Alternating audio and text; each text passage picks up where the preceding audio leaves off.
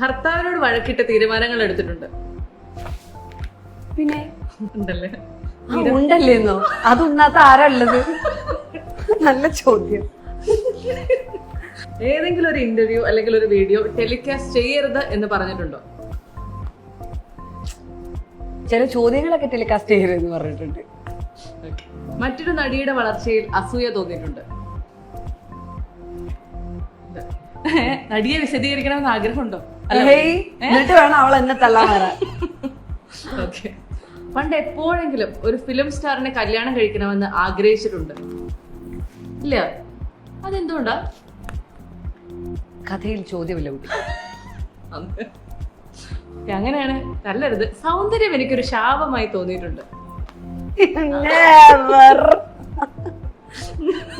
ഉള്ളവർക്കല്ലേ അത് തോന്നുള്ളൂ, തോന്നിയിട്ടില്ല. എളിമൽ ഇപ്പൊ അല്ല നീ പറഞ്ഞ ഞാൻ ബ്രൂട്ടലി ഓണസ്റ്റ് ആണെന്ന്.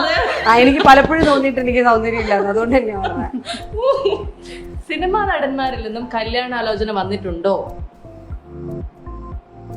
നിങ്ങൾ എന്റെ കല്യാണം മുടക്കിയിട്ടേ അടങ്ങുള്ളൂ എന്നാണ് എനിക്ക് തോന്നുന്നത്. ഇതൊക്കെ വർഷങ്ങൾക്ക് മുന്നോട് കഥ എന്നൊക്കെ പറഞ്ഞേക്ക്. ഓക്കെ. മമ്മൂക്കയുടെ നായികയായിട്ട് അഭിനയിക്കാൻ അതുകൊണ്ടല്ലേ പുതിയത് വരാനുള്ളതൊക്കെ മുടങ്ങുമെന്ന് സന്തോഷേട്ടാ, വീണ്ടും സന്തോഷേട്ടാ. ഓക്കെ. മമ്മൂക്കയുടെ നായികയായി അഭിനയിക്കാൻ സാധിക്കാത്തതിൽ വിഷമമുണ്ടോ? അഭിനയിച്ചിട്ടുണ്ടെന്നാ തോന്നുന്നു. നായിക ഉണ്ടല്ലോ അല്ലേ? എന്തോ ഇതിന്റെ അർത്ഥം വരുന്നത് ഇപ്പൊ ഉണ്ടെന്നാണോ? ഉണ്ടെന്ന് അയ്യൊന്നും ആവശ്യമില്ലായിരുന്നു അവിടെ. ഓക്കെ. അമ്മാവൻ കെ മധുസാറാണ് CBI 5 ഡയറക്ട് ചെയ്യുന്നത് എന്നുള്ളത് കൊണ്ട് സിനിമയുടെ കഥ അറിയാമോ? ചോദിച്ചിട്ടില്ലേ?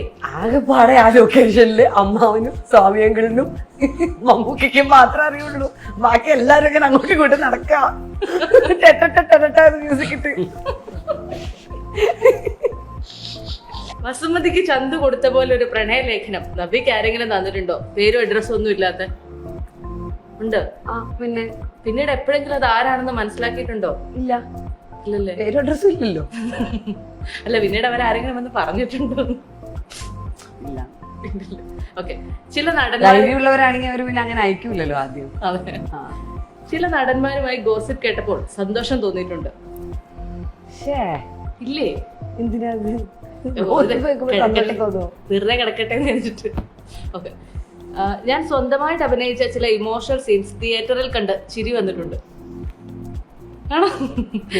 ഇപ്പോഴും ചിരി വരാറുണ്ട്.